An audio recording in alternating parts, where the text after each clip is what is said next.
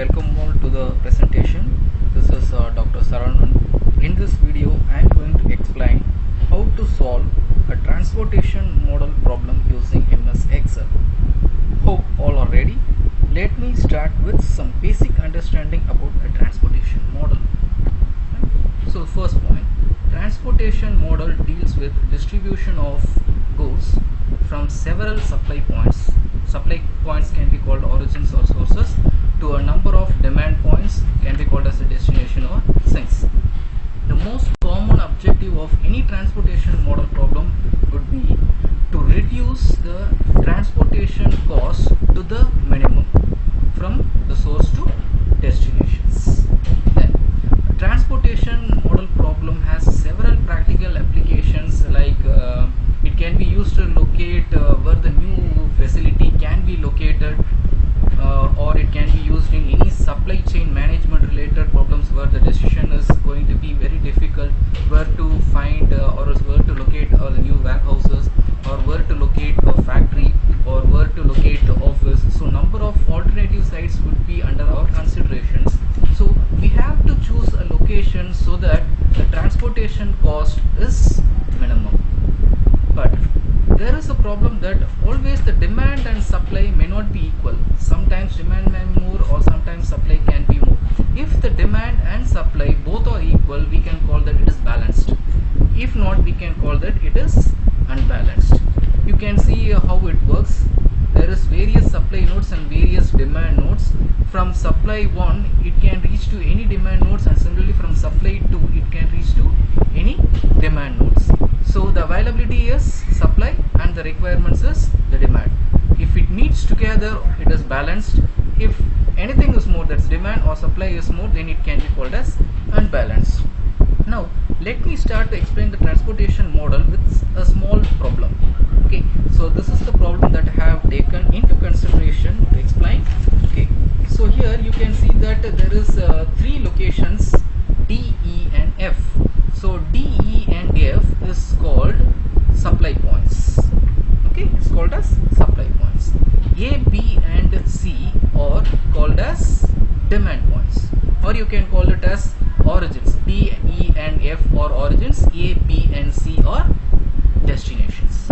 So this numbers 5, 4, 3, 8, 4, 3, 9, 7, 5, all these represents the transportation cost per unit from each location.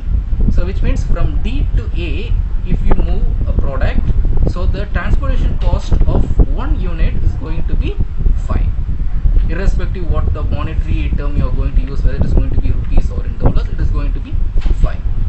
And this 100, 300 and 300, this represents the supply. So from D the maximum supply can be 100, from E the maximum supply can be 300, from F the maximum supply can be 300.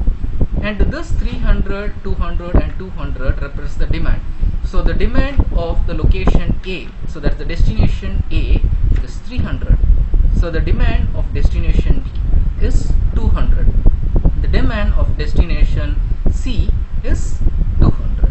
Okay, so I hope I have explained the problem clearly. So let us get into the problem. So what I am going to do now is I am going to create three matrices. So one matrix, it is related to shipments. First one matrix is related to shipments. So there is three locations, D, E and F. Okay, right. So this is actually from location.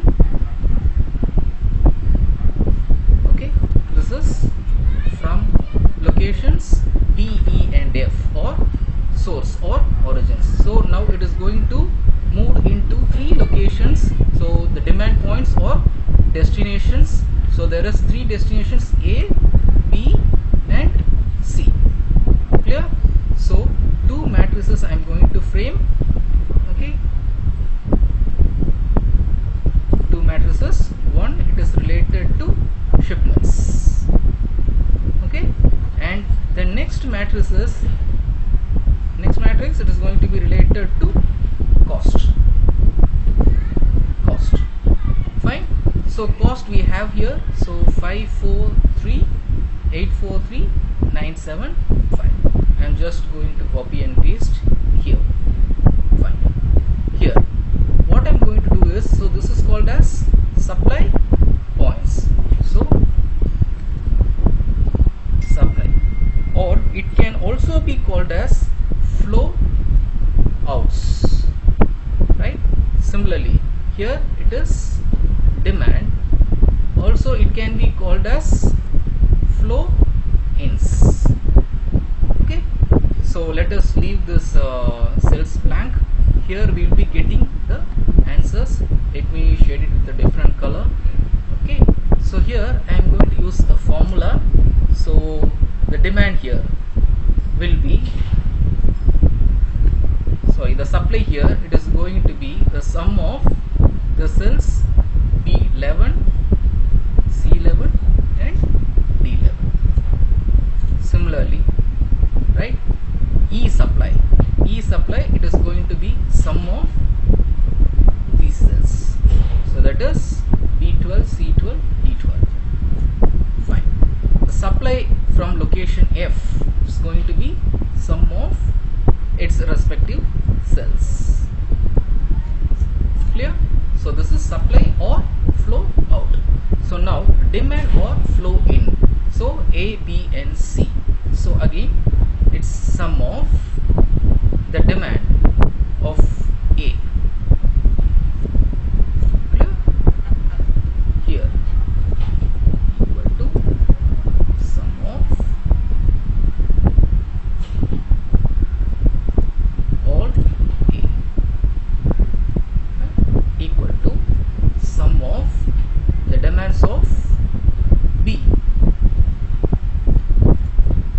Clear? Fine. Now it is demand of C, its respective cells. Right? So here I have used some formulas. So one matrix it's related to shipment, the next matrix it is related to cost. Now I am going to create another matrix that is for equations.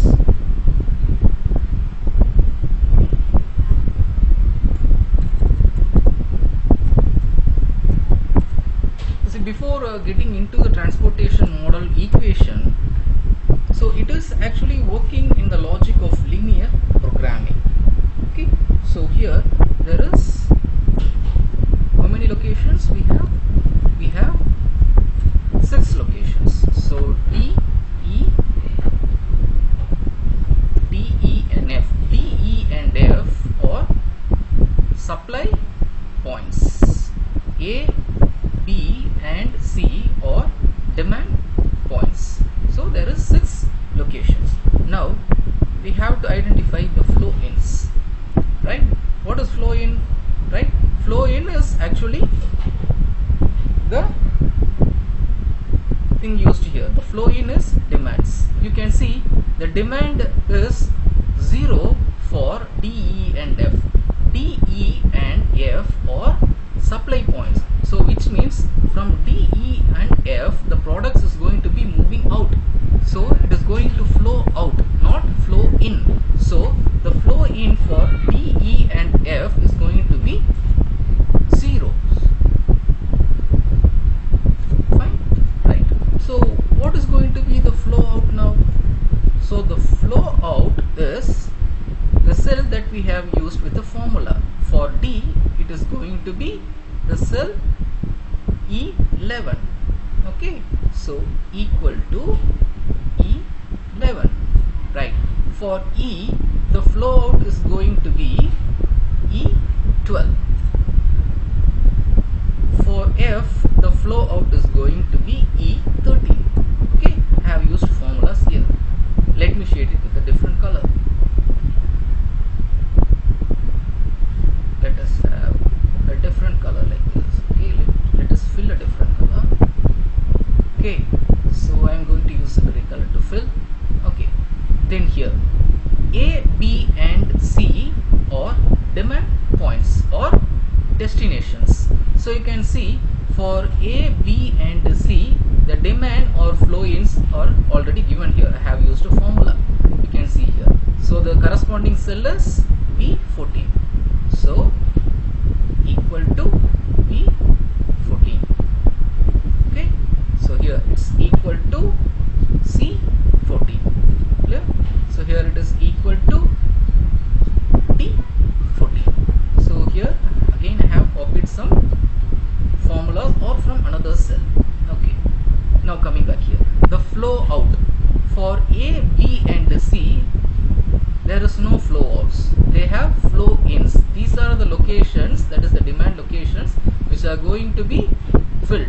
So here it will be 0, right? So we have cleared what is meant by flow in and flow out. Hope the things are clear. So now we are going to understand what is net flow. Okay, so the net flow is flow in minus flow out. So equal to flow in minus flow out, right? I am just copying this formula. So it's flow in minus flow out. So this flow in minus flow out, so this is left hand side, right? So in linear programming there is two sides we generally use. One is left hand side, another one is right hand side. So RHS are the demand and supplies. So for D the supply is 100, for E supply is 300, for F supply is 300. I am just going to type in here. So 100, 300, 300. So A, B and C are demand points. So 300, 200, 200, right? So 300, 200, 200. So why it is a transportation problem? Summation of all the demand is equal to the supply. You can see here it's 700 the supply, 700 the demand. So now there should be a difference between the supply and demands. So supply is the place from where the product is going to be supplied. For that I am going to use a negative symbol instead of positive. Okay, so instead of positive here I am converting it to negative. From here the products are going to move out. From D, E and F the products or materials is going to move to A, B and C, right? So since it is a balanced problem, so there is three kinds of directions generally used in a linear programming problem, right? So one is less than or equal to, one is greater than or equal to, and another one is equal to. So where these symbols can be used, right? So let me explain. Okay, if the demand and supply are equal, if the demand is equal to supply, then right we are going to use a symbol equal to, right? Hope you can understand. Here in this problem the demand and supply are equal. Okay, demand and supply are equal. So I am just going to use a symbol. There is no formula here. I am going to use data solver menu to solve this problem. I am just going to express a symbol here, right? So this is equal to. Okay, just for your understanding I am using this equal to. Okay,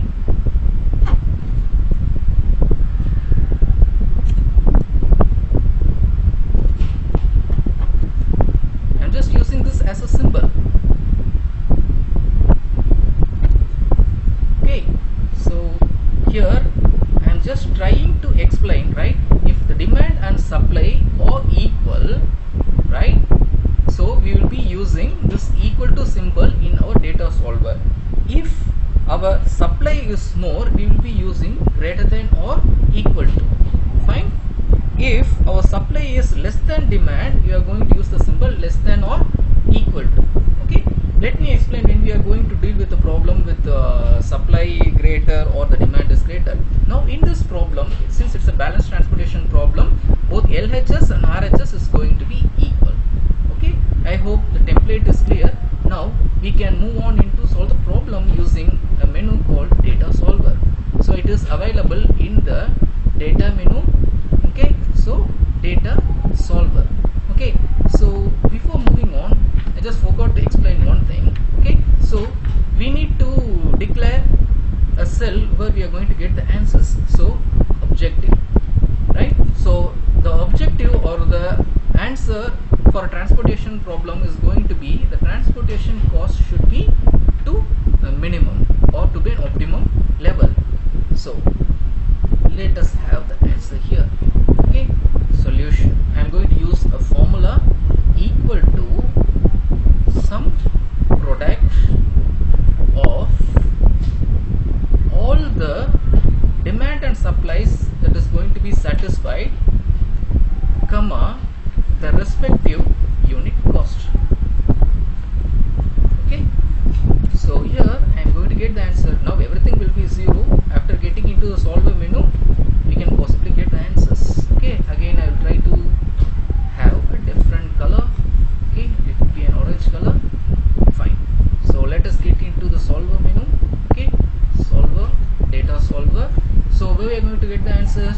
So this is the objective cell. The objective cell is I-21. So I-21 defined. So transportation problem, it is to minimize the cost. So minimize. So how we can minimize the cost, right? By choosing an exact source and destination. From D to A, B and C, how many products are going to be moved, and from E to A, B, C, how many products are going to be moved, and from F to A, B, C, how many products are going to be moved. So these are the cells, the variable cells which has to be changed. So click here. So click the cells. Okay, I have chosen the cell.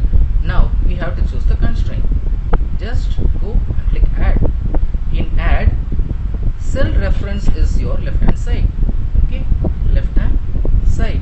So now the symbol which has to be used, if it is a balanced problem, it should be equal to, and the constraints are the RHS. So I have chosen the RHS. Okay, I have added. So make sure that make unconstrained variable non-negative is chosen. Now choose simplex LP, right? Simplex linear programming. So now we have defined all the parameters in the solver. Just click solve. Okay, for interested, you can keep the solver solution or you can go for restore the original values. Okay, I'm just clicking OK. You can see here the answer is 3900. Okay, if you want to check the answer, I'll just tell you how to do it. See here, from D to A, it is 100 products. So 100 into 5. Okay, so 500. From B, that is from E to B, it is 200. Corresponding cost is 400. Clear? So it is going to be 200 into 4, 800. From E to C, it is 100 products and the cost is 3. So 300. From F to A, the products going to be moved is 200 and corresponding cost is 9. So 200 into 9, 1800. From F to C, the products or the materials to be moved is 100 and the corresponding cost is 5. So it's going to be 500. Okay, let us make a summation. It's 3900. You can see here 3900. So if we plan in a way that 100 products are to be moved from D to A, 200 products are to be moved from E to B, 100 products are to be moved